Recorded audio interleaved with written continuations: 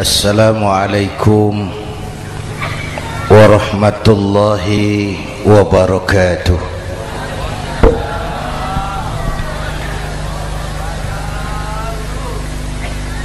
Alhamdulillahi wa kafa,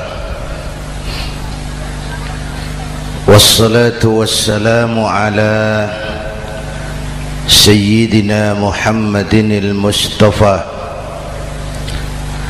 wa ala alihi wa ashabihi ahli sidqi wal wafa, amma ba'd. Para ulama, para habaib, para masyayikh yang saya muliakan, yang terhormat Bapak Kapolres dan Bapak Dandim,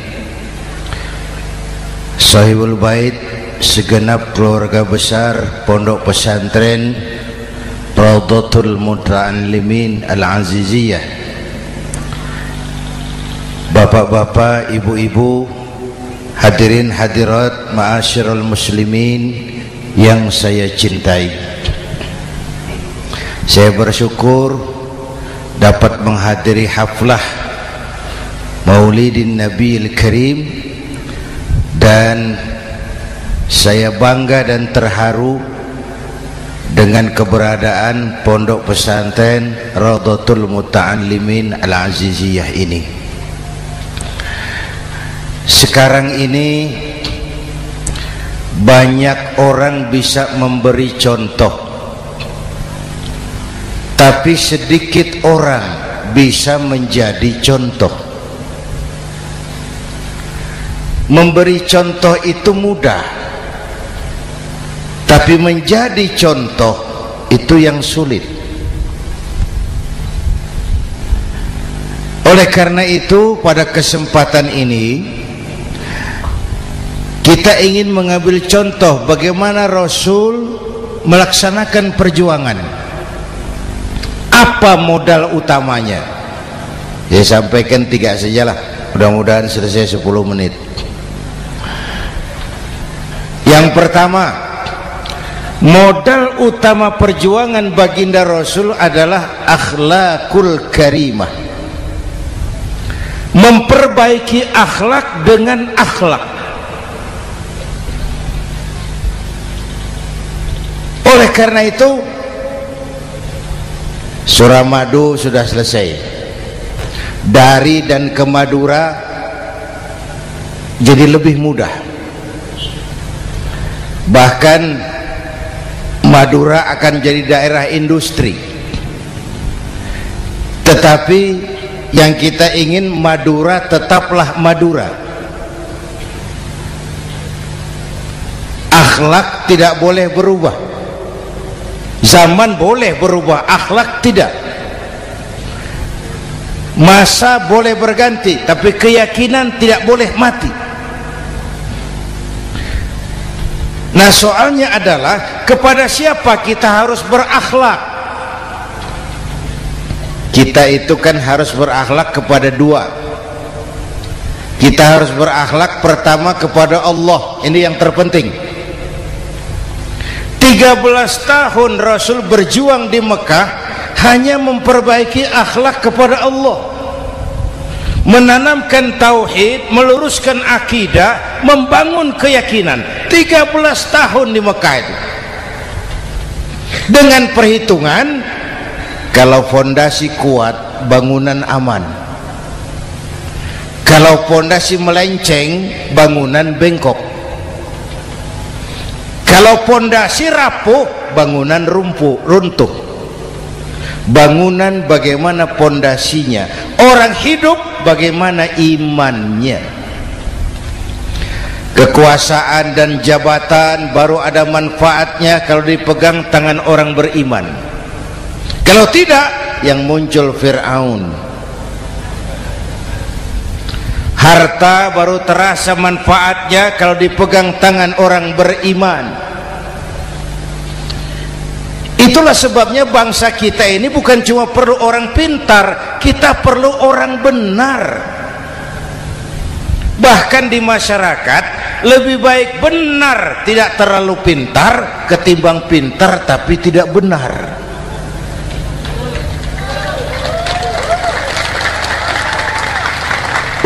Kalau sudah pintar tidak benar, rusak rakyat itu Pak. Disuruh ngurus beras malah nimbun beras, ya.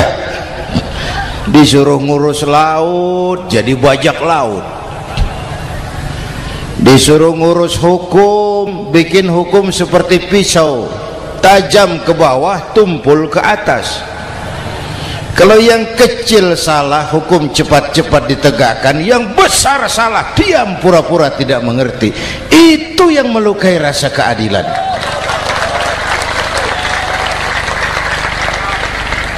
Mulai dari akhlak kepada Allah. Bagaimana cara berakhlak kepada Allah? Caranya dua. Pertama, jangan menyekutukannya dengan sesuatu pun. Yang kedua, jangan menyembah kecuali hanya kepadanya. Itu akhlak kepada Allah. Konsisten, disiplin. Saya bersaksi tiada Tuhan selain Allah, maka saya tidak akan menyembah kecuali hanya kepada Allah. Saya tidak akan takut kecuali hanya kepada Allah. Saya tidak akan minta tolong kecuali hanya kepada Allah. Saya tidak akan melarikan persoalan kecuali hanya kepada Allah. Saya bersaksi Nabi Muhammad utusan Allah, Nabi terakhir. Tidak ada Nabi sesudah Nabi Muhammad. Harga mati, titik. Disiplin. Ada yang mengaku jadi Nabi, wajib tidak percaya. Disiplin. Sekarang ini kan bangsa kita disiplinnya lemah. Korupsi agak sulit diberantas karena pejabat kita takut atasan tapi nggak takut Tuhan.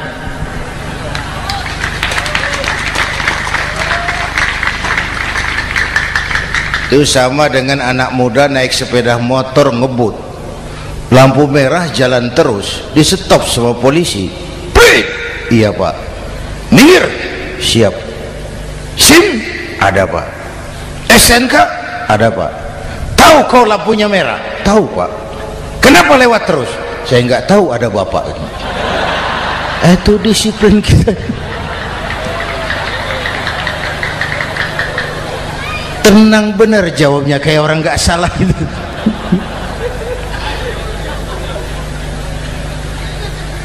Iman.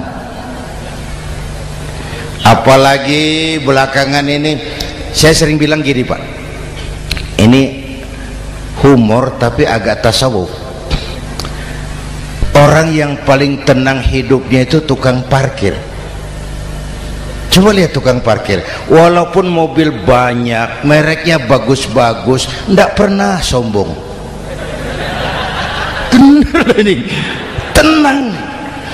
Nanti mobil pergi satu demi satu, habis sama sekali, dia tidak sedih. Tenang. Mobil banyak tidak sombong, mobil habis tidak sedih. Apa rahasianya? Ternyata, nih tasawufnya di sini. Tukang parkir tidak merasa memiliki, tapi merasa dititipi. Wah, itu. Siapa saja yang merasa memiliki, bersiaplah kehilangan, dan itu menyakitkan.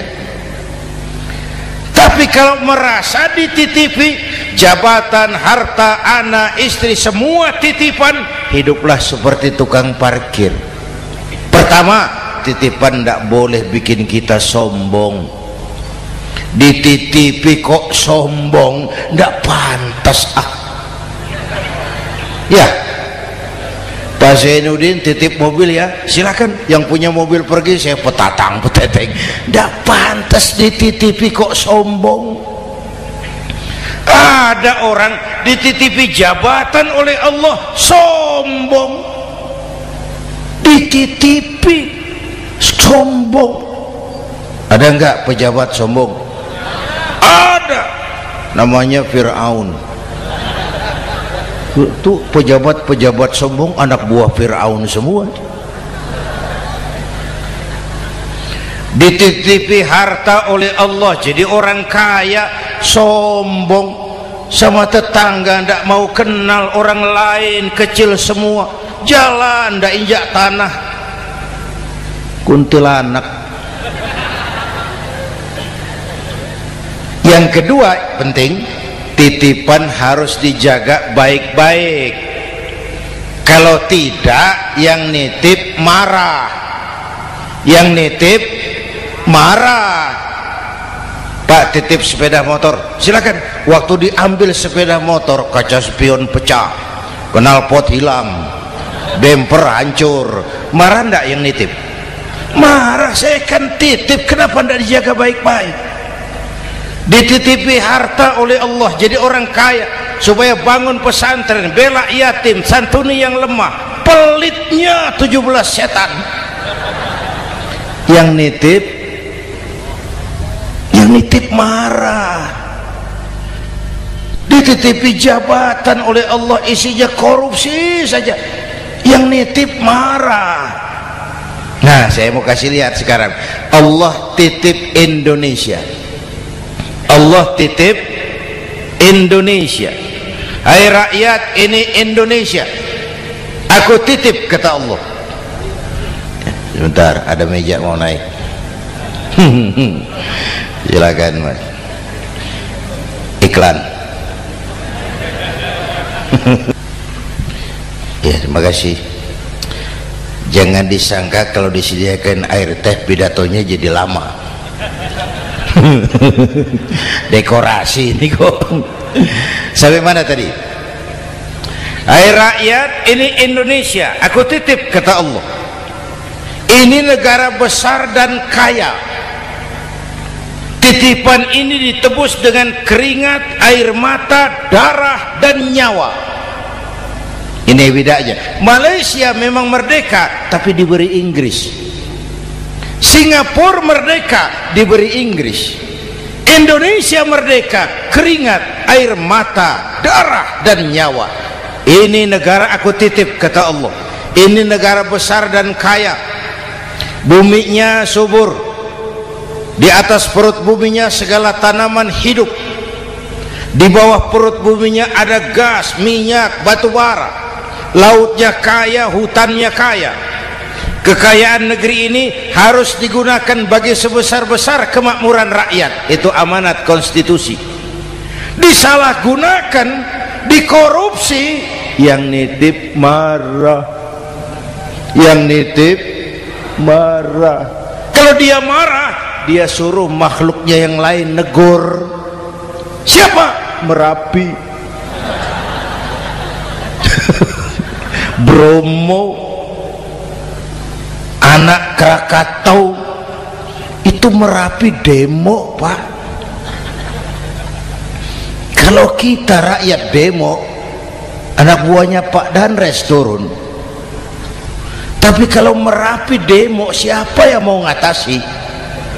Mbah Marijan. Selesai. Sekarang Mbah Marijan sudah kumpul sama Mbah Surip di alam barzah, sudah ketemu dia. Kata Mbah Surip, tenang Mbah Marijan, tak gendong, aman sudah. Aman sudah. Saya mau bilang Merapi itu makhluk, Krakatau itu makhluk, Bromo itu makhluk. Tidak mungkin makhluk bergerak dengan sendirinya, pastilah ada yang menggerakkan.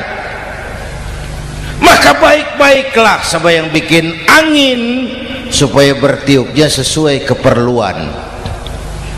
Baik-baik dengan yang bikin air supaya datangnya sesuai kebutuhan.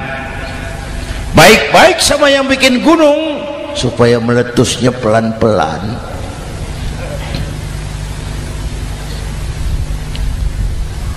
Bapak Ibu hadirin yang saya hormati, menjaga titipan.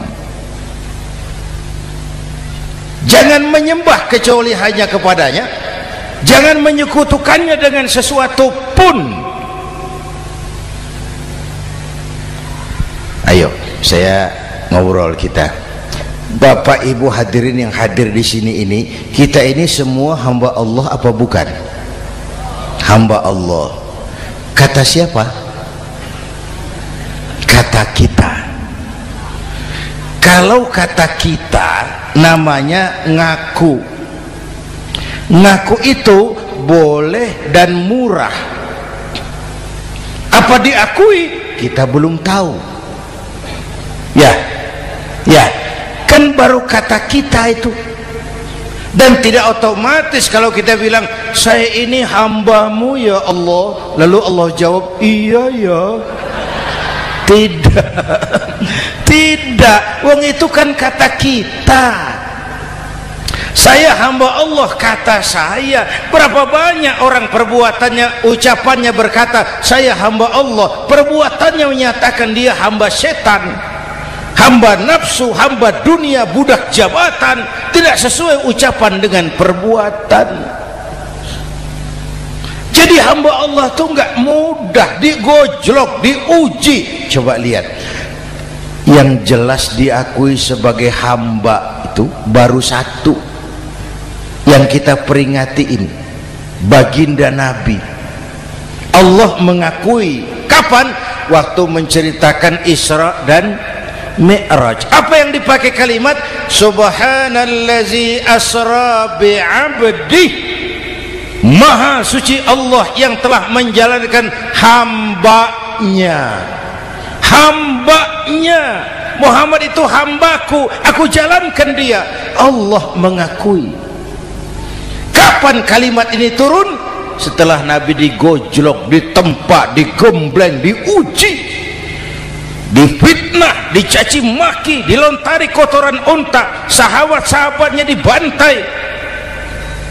Lolos, Muhammad betul-betul hambaku. Ayo Isra Muhammad. Subhanallazi asra bi'abdi, hambaku.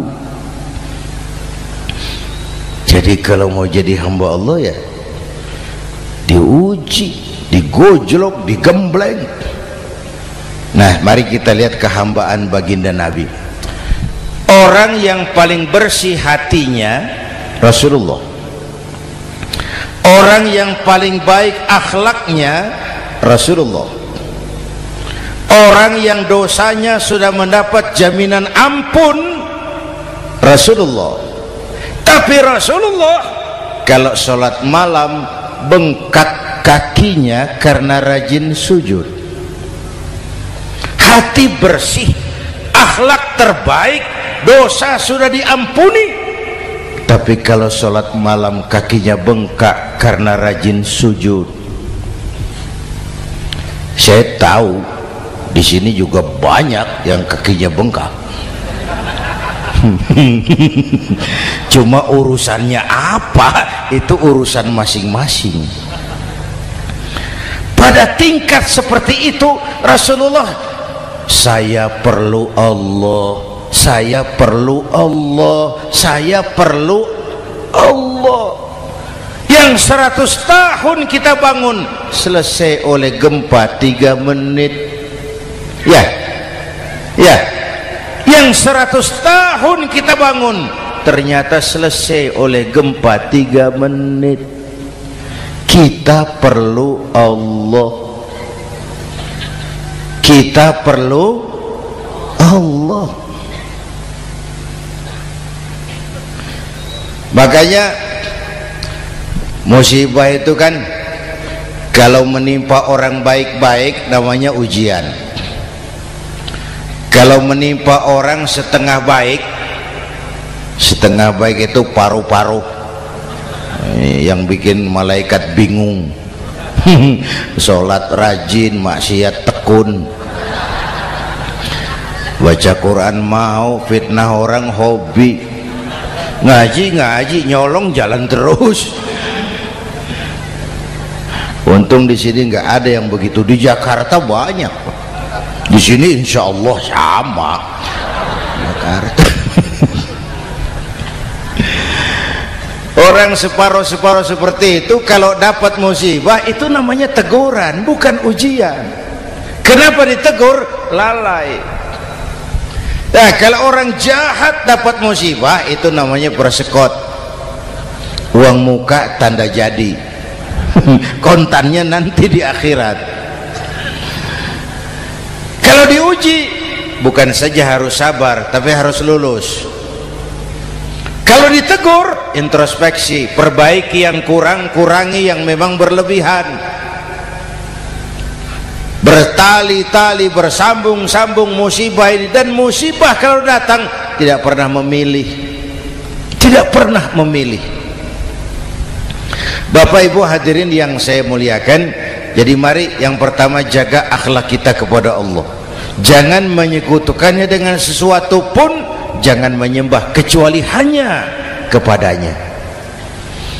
Sekarang kan musim entertain, orang pandai membangun pencitraan, orang pinter bikin bungkusan.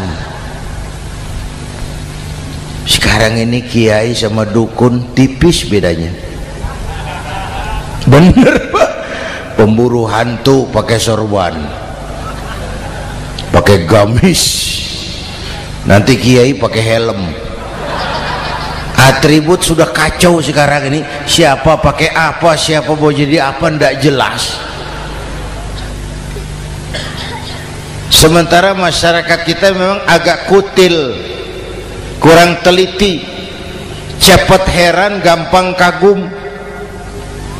Pernah terjadi suatu saat tabrakan di jalan, keras sekali, korban jatuh berlumur darah, dikerubungi orang banyak. Datang wartawan mau ambil gambar dari dekat, sulit, banyak sekali orang ngerubung. Dia cari akal, tolong saya dikasih jalan ke dekat korban. Orang menoleh semua. Saudara siapa? Saya bapaknya korban, katanya. Dia mengaku bapaknya korban. Ya orang minggir semua, minggir, ada bapaknya korban. Orang minggir semua, dia maju ke depan korban. Sampai di depan korban pucat mukanya itu wartawan. Kenapa? Yang ketabrak anak monyet, Pak. Dia sudah ngaku bapaknya korban.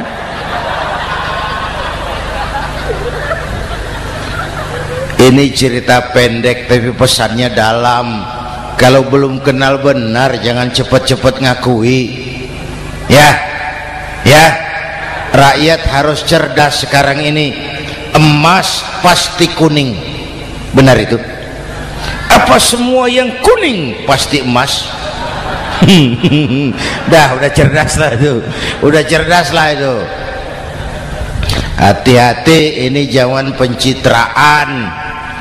Orang pandai bikin bungkusan. Oleh karena itu kita juga harus punya filter supaya tidak hanyut oleh kedangkalan-kedangkalan pencitraan itu. Satu itu akhlak kepada Allah. Yang kedua, kepada siapa kita berakhlak? Kepada sesama manusia. Kepada sesama manusia itu siapa? Pertama, sesama muslim. Malam ini saya hadir di sini, saya tidak merasa tamu. Saya hanya keluarga di tengah keluarganya. Bahwa saya lahir di Jakarta itu sih kebetulan. Saya nggak pesan. Yang kita tidak pesan jangan diributkan. Kita nggak pesan. Warna kulit seperti ini kita nggak pesan.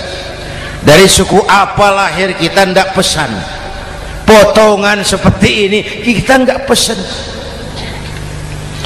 Islam membebaskan manusia dari ras diskriminasi.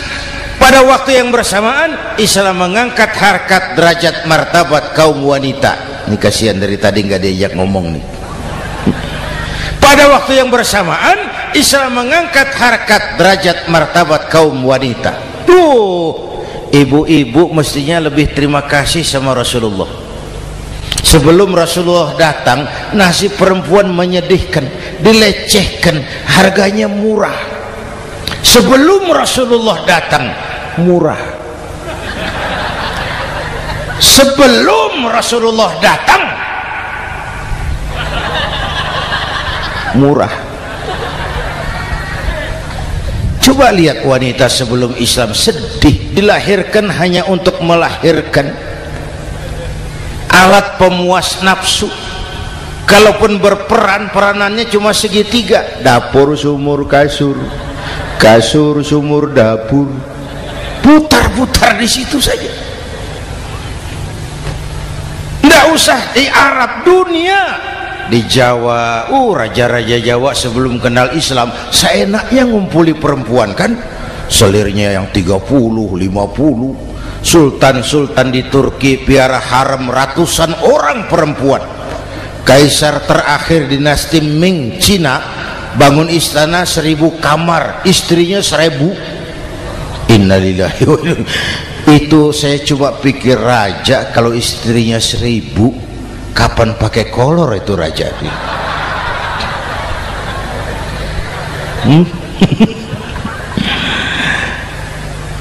Rasulullah datang terenyuh, an-nisa imadul bilad, perempuan jangan diperlakukan begitu, perempuan tiang negara. Kalau baik perempuan baik negara, kalau rusak perempuan hancur negara. Waktu ditanya, ya Rasul, siapa yang paling harus saya taati di dunia? Ibumu. Setelah itu siapa lagi? Ibumu. Setelah itu siapa lagi? Ibumu. Setelah itu siapa lagi? Bapakmu. Menghargai perempuan, ibumu, ibumu, ibumu, bapakmu. Ibu 3 kali disebut, bapak 1 kali, ibu 3 kali, bapak 1 kali, ibu 3, bapak 1 bapak. Gimana sih ngitungnya jadi kerok begini? Salah ngitungnya, salah.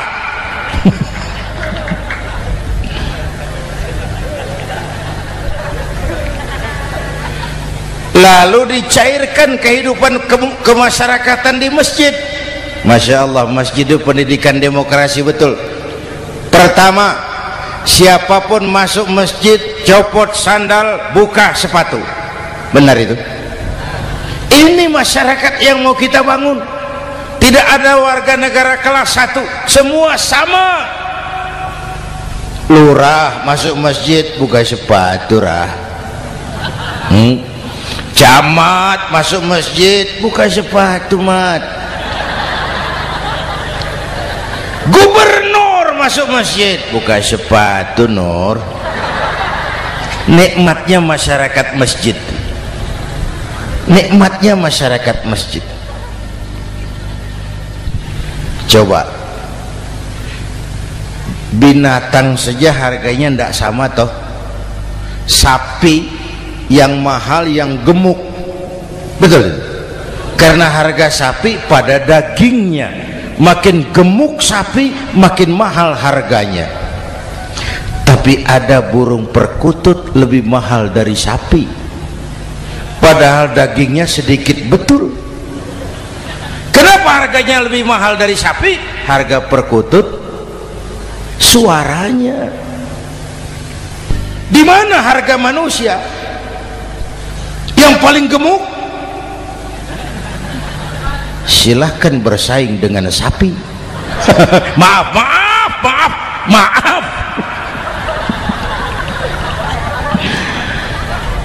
inna akramakum indallah atqakum. Masyarakat masjid sudah copot sandal, buka sepatu, sudah masuk ke dalam sholat berjamaah. Kalau sudah ke dalam sholat berjamaah, tidak pernah kita usil dari mana orang datang, yang penting kemana dia menghadap. Itu masyarakat masjid. Dari mana kamu? Dari kidul, Pak, madhab ngulon. Kamu dari mana? Dari lor, Pak, madhab ngulon. Kamu dari mana? Dari kulon, madhab ngulon juga. Ini kan konsep bineka tunggal ika.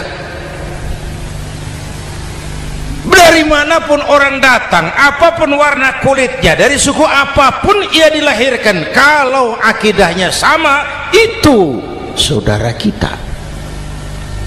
Lalu sholat berjamaah, apa itu? Hidup bermasyarakat, berbangsa dan bernegara. Harus ada imam, harus ada makmum.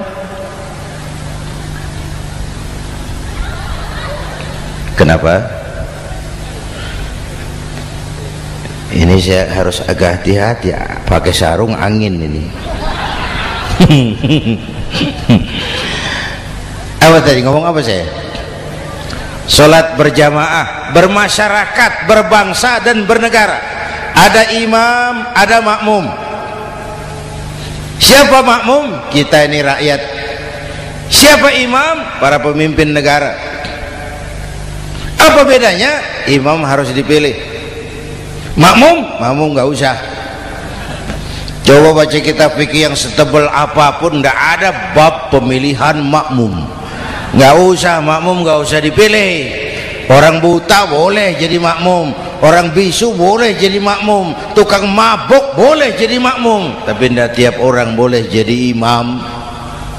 Imam harus dipilih. Siapa yang jadi imam? Pertama, a'lamuhum, orang yang paling alim di kampungmu angkat jadi imam. Yang paling alim, bukan yang paling tua. Yang paling alim, tahu urusan, punya konsep, punya visi dan misi, mengerti negara ini mesti dibawa kemana, jalan keluarnya apa, angkat jadi imam. Pak, ada dua orang Pak, alimnya sama, yang mana yang dipilih? Kalau ada dua orang alimnya sama, kata Nabi, afsahuhum, yang lebih fasih lidahnya. Apa artinya fasih?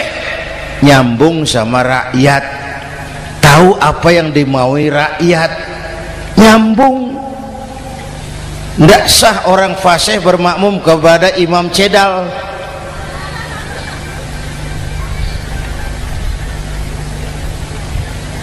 Kenapa Bu?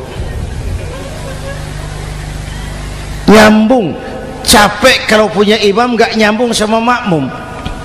Makanya kalau sudah jadi imam, pesan Nabi apa? Idza amma ahadukumun nasa falyukhaffif.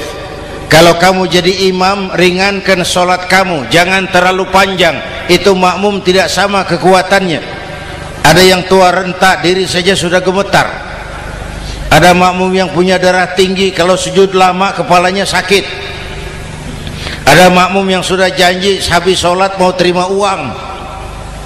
Jangan kalau sudah jadi imam di kota, sholat isya berjamaah, rakaat pertama selesai Fatihah, Yasin, bubar makmum itu.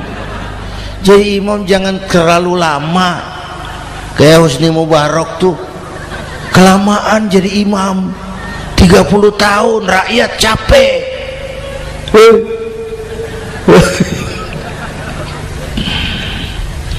Bapak Ibu hadirin yang saya hormati, nah masyarakat Islam ini loyal, taat, setia. Kapan? Kalau imamnya benar. Imam takbir, makmum takbir, imam ruku', makmum ruku', imam i'tidal, makmum i'tidal, imam sujud, makmum sujud. Tapi masyarakat Islam tidak buta. Imam keliru, makmum wajib menegur. Ya, bagaimana negurnya? Mestinya ruku', imam sujud. Wah, keliru ini. Subhanallah, kan gitu. Itu aturan main. Tidak boleh imam keliru, makmum emosi, main pegang, mam, hoi salah, hoi, kacau sholat.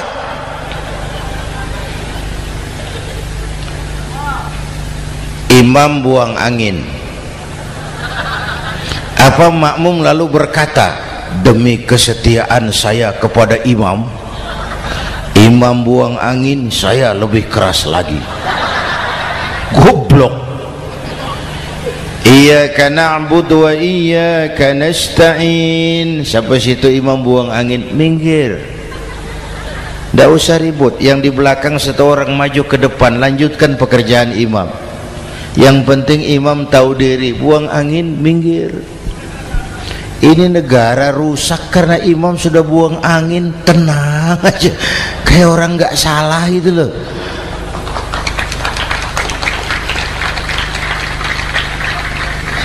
Selesai sholat dikasih tahu, imam tadi buang angin ya sedikit. Apa kalau nggak sedikit lalu nggak rusak sholat itu? Nah, dalam berjaga akhlak kepada sesama, ayo kita jaga kesatuan, persatuan, kerukunan, kekompakan. Ini pesantren Raudhatul Muta'allimin Al-Aziziyah, ini aset kita. keberadaannya, pengembangannya, kelangsungannya, bukan sekedar tanggung jawab pengurusnya, tanggung jawab kita sesuai dengan bidang dan kemampuan masing-masing. Yang punya jabatan bantu dengan wewenangnya, yang punya harta bantu dengan uangnya, yang punya tenaga bantu dengan tenaganya, yang bisa doa bantu dengan doanya, yang tidak bisa apa-apa bantu dengan diam.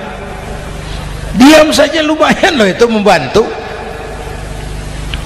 Bapak Ibu hadirin yang saya hormati, saya ingat almarhum Panglima Besar Sudirman pernah bilang, kamu itu kalau mau menang harus kuat, kalau mau kuat harus bersatu, kalau mau bersatu hidupkan semangat silaturahmi. Mau menang harus kuat, mau kuat harus bersatu, mau bersatu hidupkan silaturahmi. Bapak Ibu hadirin, rukun antar umat seagama. Beda pendapat boleh, marah jangan. Kalau di Jakarta kan sekarang lagi musim apa itu wahabi yang bid'ah, sedikit bid'ah itu. Saya sih bilang yang suka tahlil bagus, terusin. Yang nggak suka tahlil nggak apa-apa, tapi jangan mencaci maki yang suka tahlil. Orang yang mabuk masih banyak kok yang tahlil dicaci maki. Kita ini seperti orang kurang kerjaan. Waktu guru saya Hadratul Mukarram Ki Haji Dr. Idham Khalid wafat, saya ajak orang baca Fatihah. Selesai, saya lagi duduk di belakang, seorang pengusaha nemui saya, Kiai, kenapa? Saya coba ingin kepastian. Apa? Orang yang sudah mati dibacakan Fatihah itu apa pahalanya sampai? Saya bilang gini, Mas, kamu kalau nggak percaya mati aja dulu. Saya bacain Fatihah, tunggu di sono. Kalau nggak nyampe balik lagi nggak apa-apa.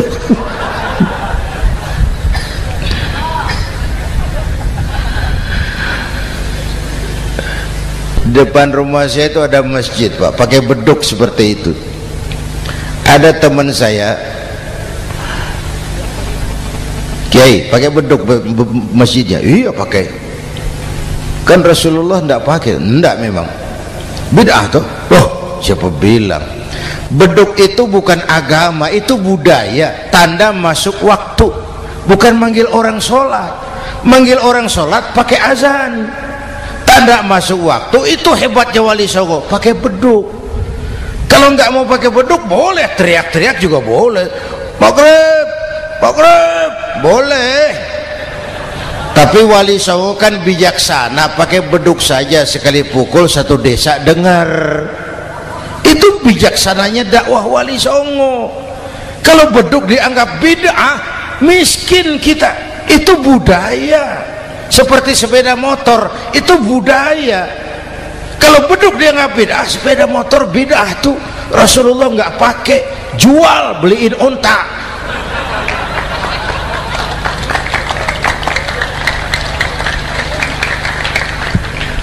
Ayo cari persamaan, jangan memperbesar perbedaan. Hormati pendapat orang kalau pendapat kita juga ingin dihormati. Kasus Ahmadiyah meledak lagi di Cikesik, Banten. Lalu pendekar-pendekar HAM menganggap itu tirani, mengganggu kebebasan beragama. Dia lupa bahwa Ahmadiyah masalahnya bukan kebebasan beragama, tapi penodaan terhadap agama. Kalau kebebasan beragama sih umat Islam welcome. Orang mau Hindu, mau Buddha, mau Kristen bebas memilih agamanya masing-masing. Tapi ini kan Ahmadiyah lain, ngakunya Islam tapi ada nabi lagi sesudah Nabi Muhammad, namanya Mirza Ghulam Ahmad, asal dari India. Saudara hadirin yang saya hormati, ini yang prinsip penodaan terhadap agama. Kalau nggak ngaku Islam nggak masalah. Supaya mau aman caranya cuma dua, Ahmadiyah jadi agama sendiri. Karena Malaysia sudah melarang, Brunei sudah, Rabitoh Alam Islami menyatakan aliran sesat, Saudi Arabia melarang pengikut Ahmadiyah pergi bikin haji, dia dianggap non muslim. Cuma memang pemerintah kita nggak tegas. Kalau dari dulu dinyatakan dilarang, nggak akan ada lagi kasus-kasus seperti itu.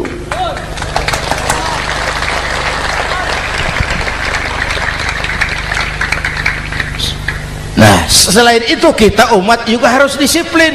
Coba sudah berapa banyak nabi bermunculan di Indonesia. Dan Indonesia ini saya heran, Indonesia ini pasar bagus, Pak. Kalau ada nabi, ada aja pengikutnya, saya heran tuh.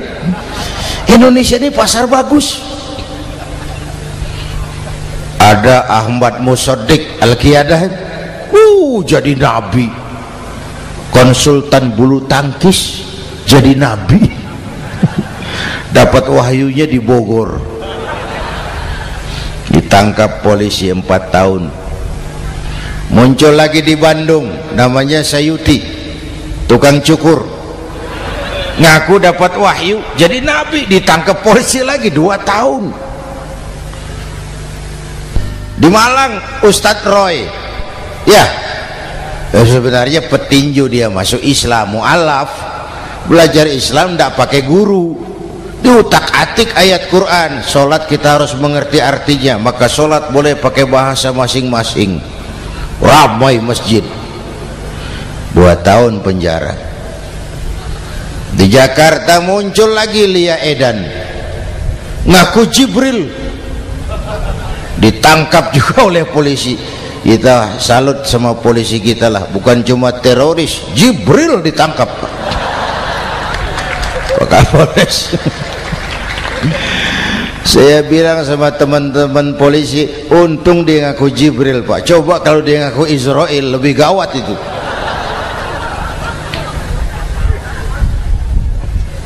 Yang parah, antara Cirebon Losari, dia perbatasan Jawa Tengah Jawa Barat, pernah muncul agama baru namanya agama Jasun, agama Jawa Sunda, agama Jasun Jawa Sunda. Yang jadi nabi Tugimin. La haula wala quwata. Saya bilang ini jangan jadi nabi, jadi kiai juga nggak angker ini. Al Mukarram Bapak Kiai Tugimin, nggak enak. Yang lebih ndak enak selawatannya loh itu. Kalau kita kan tadi nikmat tuh, ya Habibi ya Muhammad, nikmat rasanya itu. Coba ganti sama yang tadi, wah enggak, ya Habibi ya Tugimin, enggak enak itu, Pak. Jadi umat Islam itu sangat menghormati orang lain agama. Soal agama orang lain, lakum dinukum, awas hati-hati kalimatnya. Kita menghormati orang lain agama. Soal agama orang lain, lakum dinukum. Kita memang yakin cuma Islam agama yang benar, tapi bukan berarti kita boleh menghina agama orang lain. Kenapa? Kalau agama kita yang dihina, kita kan sakit hati. Orang lain sama dong. Itu sebabnya Allah berpesan, jangan kau caci maki Tuhan mereka, karena mereka akan balas mencaci maki Tuhanmu. Dan itu artinya mencaci maki aku, kata Allah. Jelas ini? Jelas? Justru karena umat Islam mayoritas di Indonesia, maka kerukunan antar umat beragama terjaga dengan baik. Kalau umat Islam mau main kasar, mau main kayu, mau main keras, umat Islam ini 85%, yang lain pasti selesai. Saya jamin selesai. Tapi kan tidak. Kita sadar betul ini negara Pancasila. Kita sadar betul bahwa kita harus menghargai orang lain agama, menjaga kerukunan, rukun antar umat beragama. Yang ketiga, rukun antar umat beragama dengan pemerintah. Dulu kiai saya bilang, sultanun zulum khairum min fitnatin tadum. Pemerintah yang jelek pun sebenarnya masih lebih lumayan ketimbang tidak ada pemerintahan, kalau itu ukurannya. Coba umpama nanti Pak SBY sudah terlalu pusing, lalu pengumuman jam 000, seluruh rakyat Republik Indonesia saya umumkan mulai malam ini tepat jam 000 pemerintah bubar.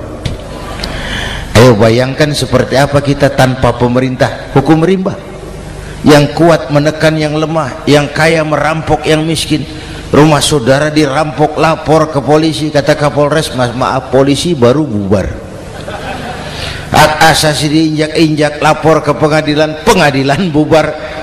Masih ada pemerintah saja yang kuat suka menekan yang lemah, apalagi kalau tidak ada pemerintah.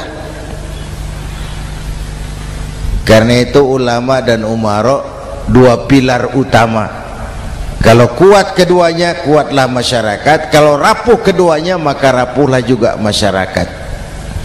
Bapak Ibu hadirin yang saya hormati, ini yang kedua, kita harus berakhlak kepada sesama. Yang ketiga, kepada siapa kita harus berakhlak? Kenapa? Iya, saya cuma lihat jam. Yang ketiga, kepada siapa kita harus berakhlak? Kita ini harus berakhlak kepada makhluk Allah yang lain di luar manusia. Kepada air kita harus berakhlak loh Pak.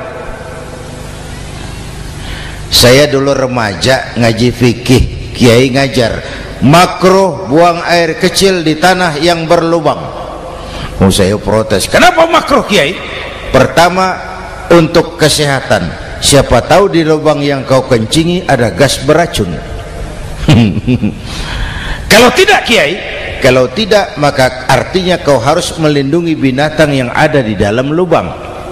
Siapa tahu di lubang yang kamu kencingi ada semut sedang rapat membahas masalah Mesir.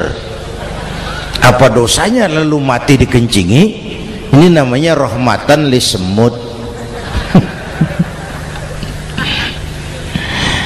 Bapak Ibu hadirin yang saya hormati, ada hadis sederhana, fa iza zabahtum fa ahsinu zibhata. Kalau kamu menyembelih hewan, sembelihlah dengan cara yang terbaik. Jangan nyembelih ayam pakai pisau tumpul, itu namanya tidak berperi kebinatangan. Kepada ayam kita berakhlak, kepada pohon kita berakhlak, kepada air kita berakhlak. Kenapa sekarang alam tidak seramah dulu? Karena kita juga tidak ramah kepada alam. Kenapa sering terjadi banjir? Karena tempat air kita kurangi. Dia bingung mau ke mana. Air nggak punya tempat. Akhirnya masuk ke rumah kita juga. Masuk dalam zoharul fasadu fil barri wal bahri bima kasabat aydin nas. Karena kita tidak berakhlak kepada lingkungan. Bapak Ibu hadirin yang saya hormati, jadi itu yang pertama, modal utama perjuangannya akhlakul karimah. Mau sukses, utamakan akhlak. Industrialisasi boleh terjadi di Madura, jalan berhotmik licin, oke, listrik masuk desa, alhamdulillah, tapi akhlak jangan berubah, akidah jangan goyah.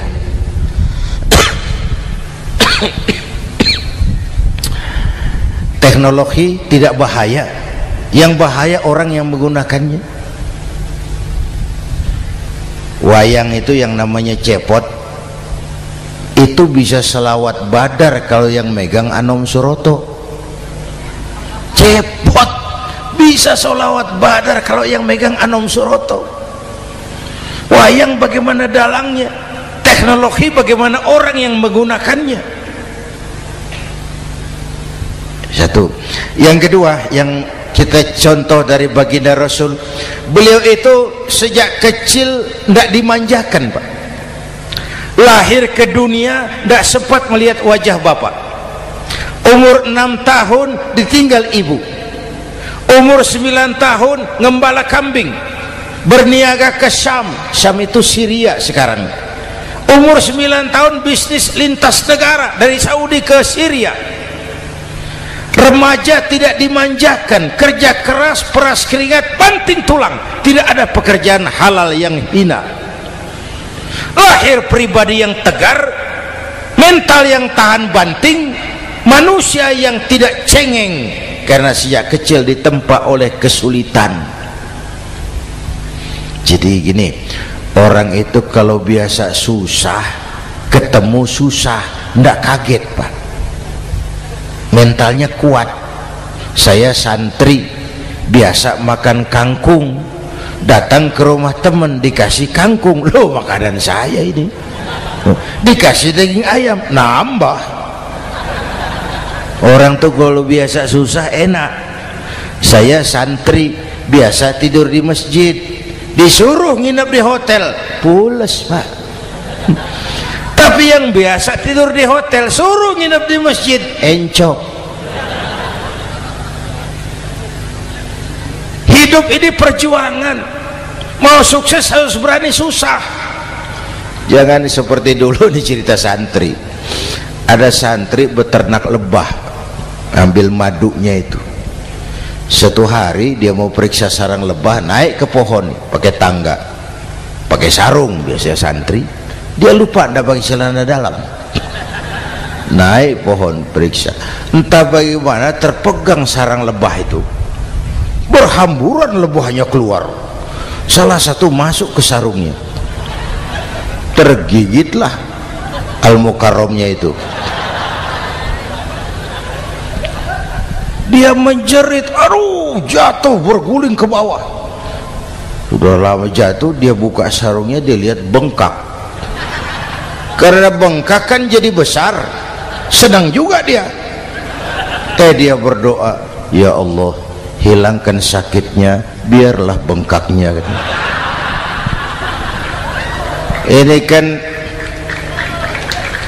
Ini doa orang nggak konsekuen. Bengkak dan sakit itu paket. Mau bengkak ya harus berani sakit. Masa sakitnya bengkaknya mau, sakitnya nggak mau. Itu satu itu. Yang kedua, kita ini sering kalau punya cita-cita sering seperti rapat tikus. Satu hari sekelompok tikus rapat paripurna tikus untuk mengantisipasi bahaya kucing. Bagaimana supaya kucing itu jangan lagi mengganggu kita. Akhirnya ada yang mengusulkan begini, bagaimana kalau di leher kucing kita gantungkan lonceng, supaya kalau dia datang dari jauh suaranya sudah kedengaran dan kita bisa lari menyelamatkan diri. Wah, cerdas dia. Setuju semua. Setuju, bagus. Nah, oke. Waktu pembicaraan dilanjutkan, tikus mana yang mau menggantungkan lonceng ke leher kucing? Rapat bubar. Setuju, akur, iya. Waktu kerja selesai. Bapak Ibu hadirin yang saya hormati, terutama anak-anak saya, para santri, remaja, pemuda. Hidup ini persaingan. Bapakmu tamat SD, nak kau sarjana. Bapakmu cuma jadi RT, nak kau camat. Bapakmu tukang tabal ban, kau harus punya pabrik ban. Anak saya pertama dulu, saya titip mondok di Tebu Ireng. Tahun pertama pulang saya kontrol, sini kau, apa hasilmu setahun di pesantren? Dia sodorkan saya sebuah piagam penghargaan juara lomba pidato di pondoknya. Saya heran, ini anak di rumah jarang ngomong, kok bisa jadi juara pidato? Saya tanya, kamu bisa pidato, apa yang dipidatoin? Dia bilang, kan kaset ayah dihafalin gitu. Ya saya ketawa juga, waktu itu dia masih anak-anak. Baiklah, baiklah, tapi apa cita-citamu? Saya kepengen seperti ayah. Wah, kau ini salah. Kalau aku ayahmu di matamu menurutmu hebat, mestinya kau 10, 100, 1000 kali lebih hebat dari orang-orang yang kau anggap hebat, karena tantanganmu akan lebih berat dari tantangan yang aku hadapi sekarang. Kalau kau sama dengan aku, kau ditinggalkan zaman karena kau tidak mampu menjawab tantangan zamanmu. Bapak Ibu hadirin yang saya hormati, persaingan tajam, tantangan makin berat. Oleh karena itu diperlukan semangat yang dicontohkan Nabi. Kerja keras, peras keringat, banting tulang. Tidak ada pekerjaan halal yang hina. Sejak kecil ditempa oleh kesulitan. Asal jangan seperti saya tadi ngobrol sama teman-teman, sekarang ini di negara kita banyak politisi miskin negarawan. Pejabat-pejabat kadang-kadang kalau ngelihat rakyat tuh komentarnya nggak berpihak kepada rakyat. Saya ingat waktu Mentawai dihantam gempa, Nias hancur, infrastruktur hancur, rumah rakyat luluh lantak. Ketua DPR Pak Marzuki Ali bilang, bagaimana itu rakyat? Ya itu resikonya punya rumah di pinggir laut. Waduh, ini bukan komentar pemimpin, rakyat lagi susah kok dibilang kayak gitu. Saya prihatin dengan ucapan kayak gitu. Waktu cabai 100.000, di sini berapa sekarang? Sama ya. Waktu cabai mahal, ada pejabat bilang rakyat suruh nanam cabai aja di halaman rumahnya. Ini kan nggak solutif dan nggak cerdas. Cabai naik, rakyat suruh nanam cabai. Nanti beras naik, rakyat suruh nanam padi. Yang saya khawatir kalau telur mahal, apa rakyat suruh bertelur gitu? Ini kan nggak cerdas dan nggak solutif. Bapak Ibu hadirin yang saya hormati, apalagi tadi sudah saya bilang di awal, kita ini bangsa yang ditempa oleh kesulitan. Mau merdeka saja dengan keringat, air mata, darah dan nyawa. Kita tidak boleh cengeng menghadapi kesulitan ini.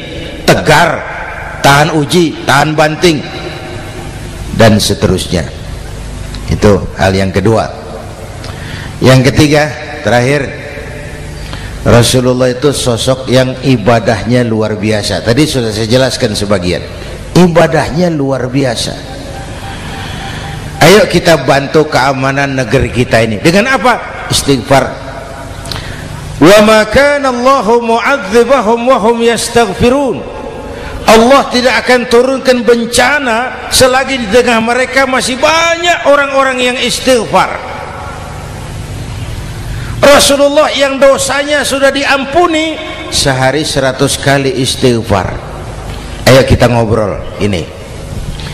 Pak,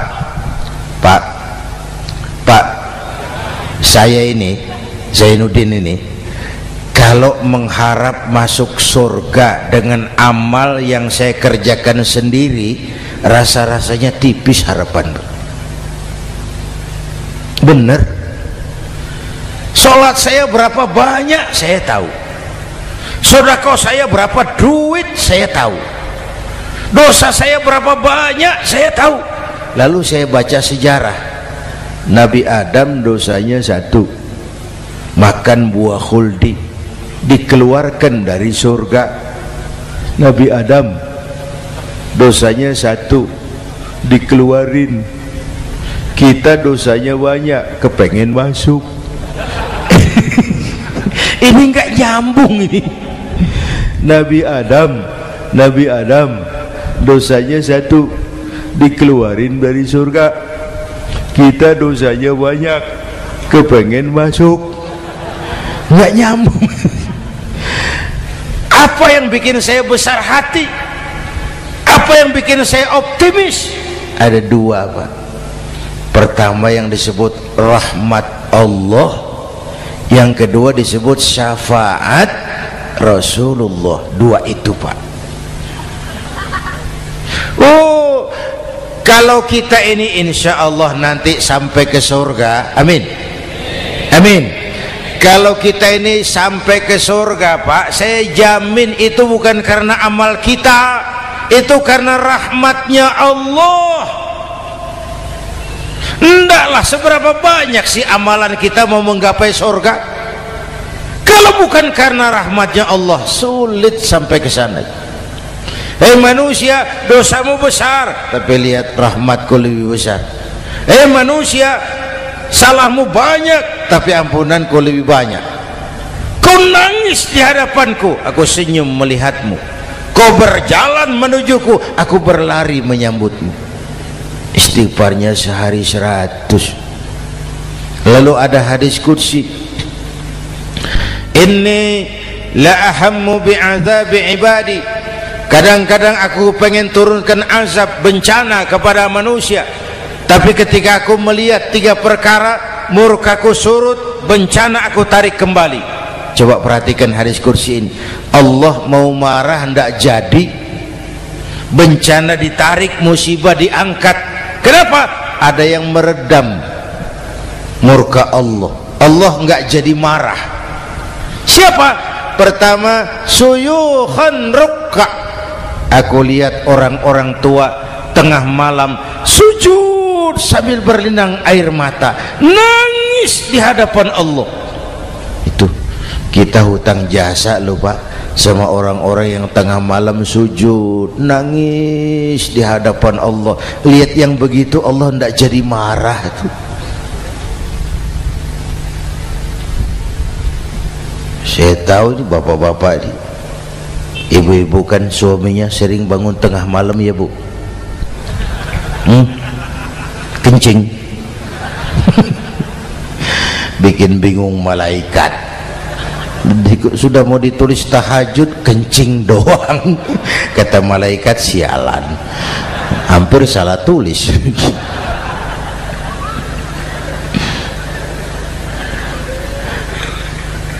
Aku lihat orang tua tengah malam sujud sambil berlinang air mata. Lalu aku lihat bayi-bayi tanpa dosa masih menyusu, sibyanan rudda. Bayi-bayi tanpa dosa masih menyusu, suci bersih, belum ternoda. Wa bahaiman rutta. Dan aku lihat binatang ternak melata mencari makan, kambing mudah cari rumput, alam terjaga keasriannya. Bagaimana bencana nggak mau nambah? Kita mengamalkan hadisnya juga terbalik. Yang diminta itu orang tua tengah malam sujud, bayi tanpa dosa nyusu. Sekarang bayi tanpa dosa dibuang ke tempat sampah gara-gara orang tua tengah malam nyusu. Terbalik namanya. Yang diminta itu orang tua tengah malam sujud, bayi tanpa dosa nyusu. Ini bayi tanpa dosa dibuang ke tempat sampah gara-gara orang tua tengah malam.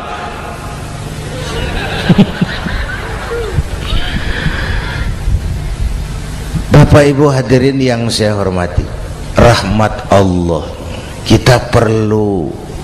Yang kedua, syafaat Rasulullah. Mari saya cerita syafaat sedikit. Ini sudah jam 00:05 ya. Ini kalau hitungan Indonesia ini sudah ganti hari Pak. Jadi inilah ceramah terpanjang di dunia. Bayangkan saya pidato dari hari Selasa sampai hari Rabu.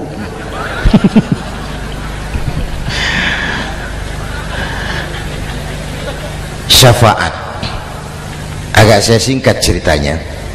Nanti itu Pak, setelah alam ini hancur sehancur-hancurnya, bumi gempa, gunung meletus, air laut tumpah ke darat, halilintar menyambar, planet-planet bertabrakan, semua yang hidup mati bareng tanpa persiapan, termasuk malaikat. Malaikat mati, yang tinggal cuma Allah sendirian. Yang lain hancur semua, tinggal Allah sendirian.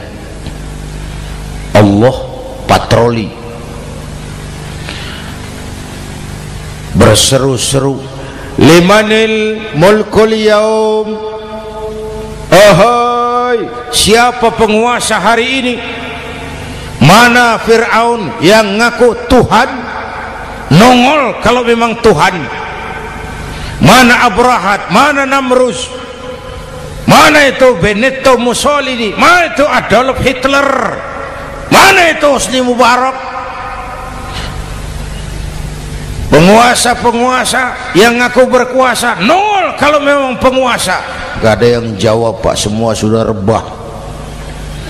Allah lalu berkata, la ilaha illa ana. Ternyata tidak ada Tuhan lain selain aku. Allah sombong waktu itu. Kalau Allah sombong itu pantas. Hadis kursi mengajarkan al-kibriya'u libasi, sombong itu pakaianku, kata Allah. Cuma aku yang pantas pakai. Kamu manusia nggak pantas pakai pakaianku, kebesaran. Pakaian Allah mau dipakai, sombong itu pakaian Allah, cuma Allah yang pantas pakai. Nanti itu yang pertama dihidupkan bukan kita, malaikat dihidupkan lebih dulu. Tiupan pertama, malaikat hidup semua, diatur panitia akhirat. Yang nyambut tamu siapa, yang pimpin marawis siapa. Malik siap, sediakan neraka, aku mau bakar itu bajingan tengik yang waktu di dunia nggak mau sujud, jauh dari ulama, tinggal di masyarakat jadi biang kerok sama yatim kejam. Sediakan neraka. Baik Ridwan, iya, sediakan surga. Aku mau balas hamba-hambaku yang waktu di dunia rajin sujud, dekat dan cinta kepada ulama, santun kepada yatim, suka menolong orang yang memerlukan pertolongan. Baik Jibril, Mikail, iya, ke surga. Untuk apa ya Rabb? Ambil kendaraan bernama Buraq, turun ke alam, cari di mana kubur kekasihku Muhammad, bangunkan dari kuburnya, bawa ke surga. Turun Jibril dan Mikail, cari kubur Nabi. Wong alam sudah hancur-hancuran, jangan cari kuburan, cari bangkalan aja nggak ketemu. Bingung dua-dua. Jibril, sebelah mana kubur Nabi? Nggak tahu Mikail. Lalu dua-duanya sujud mohon pertolongan Allah. Dengan izin Allah terbuka kubur Nabi. Allahumma sholli alaihi wa ala alihi. Bangun dari tidur seperti orang bangun dari kubur seperti orang bangun tidur. Nabi mengusap mata, menoleh ke kanan Jibril, menoleh ke kiri Mikail. Lalu tanya, ayu yaumin hadza ya Jibril? Ini hari apa Jibril? Ini hari apa? Hadza ma wa'ada ar-Rahman. Ini hari yang dijanjikan Allah Muhammad. Ini kiamat. Kiamat Jibril? Kiamat. Jibril, kalau memang ini hari kiamat, aina ummati? Umat saya mana Jibril? Umat saya mana? Allah karim. Belum pernah saya lihat di dunia ada satu pemimpin yang begini besar cintanya kepada umatnya seperti baginda Rasul.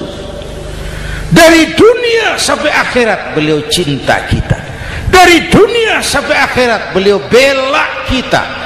Bangun dari kubur, tahu hari sudah kiamat, yang pertama ditanya, aina ummati? Umat saya mana Jibril? Kita yang ditanya. Kalau saya yang pertama dibangkitkan dari kubur, lain pertanyaannya. Ini hari apa Jibril? Kiamat Zainuddin. Oh, bini saya mana Jibril? Nabi enggak tanya Khadijah wala Fatimah wala Aisyah, aina ummati? Umat saya mana Jibril?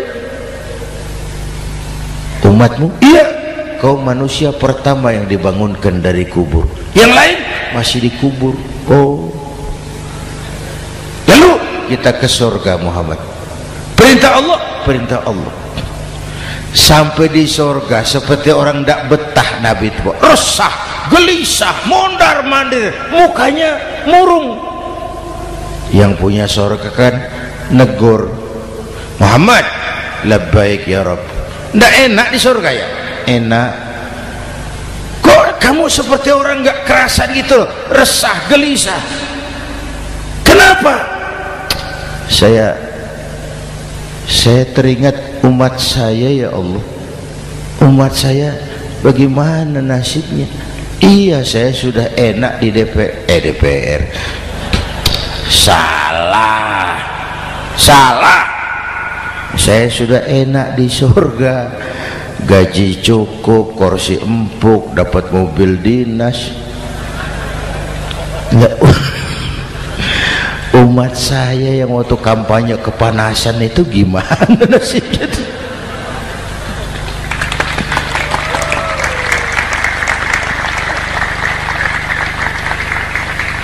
Makanya dulu di Senayan, di depan kantor DPR tuh banyak tukang kaca jualan di situ. Saya bilang ini tukang kaca pintar dagangnya di situ. Pas, maksudnya supaya yang mau berkantor di situ ngaca dulu. Ya, wakil lurah pasti tidak lebih tinggi dari lurahnya. Wakil camat tidak lebih tinggi dari camatnya. Ini kenapa wakil rakyat kok selalu lebih tinggi dari rakyatnya?